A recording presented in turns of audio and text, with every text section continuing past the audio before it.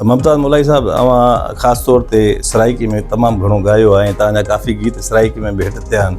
इन जो हिकिड़ो त पुछंदासीं त छा राज़ आहे, ॿियो ख़र्चे होसन चर्चे होसन, दामन बचा, इहे गीत तव्हांजा अॼुकल्ह तमामु घणो हिट आहिनि। ऐं ख़ासि तौर ते जॾहिं असां टिकटॉक में वञूं था, जेको बि टिकटॉक जो ॾिसूं था, हर माण्हू तव्हांजो हिन गीत ते जेको आहे उहो टिकटॉक रखे थो। इन जो छा राज़ आहे ऐं अक्सर सराइकी भला तव्हां छो ॻाईंदा आहियो, उन जो कहिड़ो सबबु आहे? ॾिसो, मां ॾिसण सां गॾोगॾु हिकिड़ो आर्टिस्ट जी का सरहद न हूंदी आहे, को सिस्टम न हूंदो आहे, ज़बान न हूंदी आहे।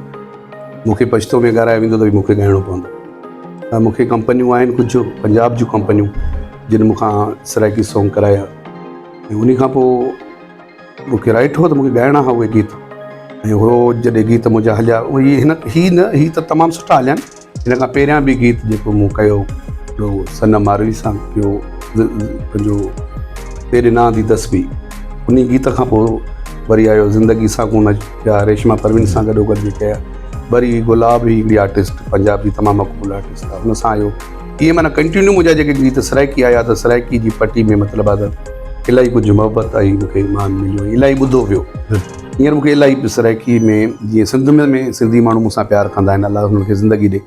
सिंधी माण्हुनि सां त मुंहिंजो प्यारु आहे, सिंधी माण्हू इंतिहा मूंसां मोहबत कंदा आहिनि, पर हुन सां गॾोगॾु सराइकी बि मूंसां मोहबत कंदा आहिनि, बलोचिस्तान में मूंसां मोहबत कंदा आहिनि।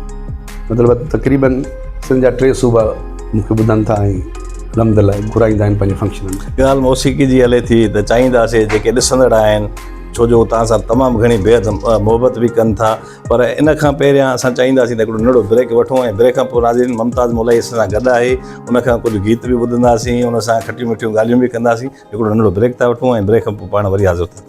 वेलकम बैक नाज़रीन, हिकु भेरो ॿीहर भलीकार ऐं किंग ऑफ सिंध मुमताज़ मोलाई असां सां गॾु मौजूदु आहे, हुन सां ॻाल्हि ॿोल जो सिलसिलो बि जारी आहे। ऐं ब्रेक खां पहिरियों मूं चाहियो पए त मुमताज़ मोलाई खां को गीत बि ॿुधिजे।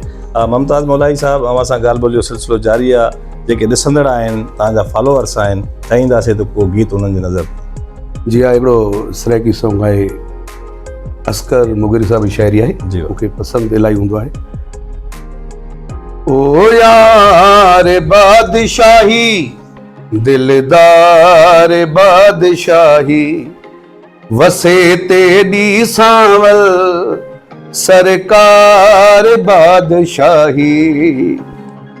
थोड़ी असाई ॿुधायूं जी जी, ख़बर थो प्रोग्राम जी सीज़न थी हले, कल्ह बि आहियूं। बिल्कुलु, महिरबानी तव्हांजो। हा बिल्कुलु मुमताज़ मोलाई साहब, तव्हांजो गीत बि ॿुधोसीं ऐं ॻाल्हि ॿोल तव्हां सां थिए पई। तव्हां खां थोरो पर्सनल सुवाल बि करणु चाहींदुमि त ज़िंदगी में कंहिंसां मोहबत कई? मोहबत को सवाल मुंहिंजे ख़्याल में कोई बि सिलसिलो न हली सघंदो आहे। तो कामयाबु वई मोहबत? हा, त इश्क ई त ॻाल्हायो न, इश्क में शाइर थियो, इश्क में फनकार थियो, असीं इश्क में ॻायोसीं। ॿियो हाणे उहो जलाल चंद चवंदो त बसि ॿार ॾाढा थोरे ॻाईंदा पोइ हिते।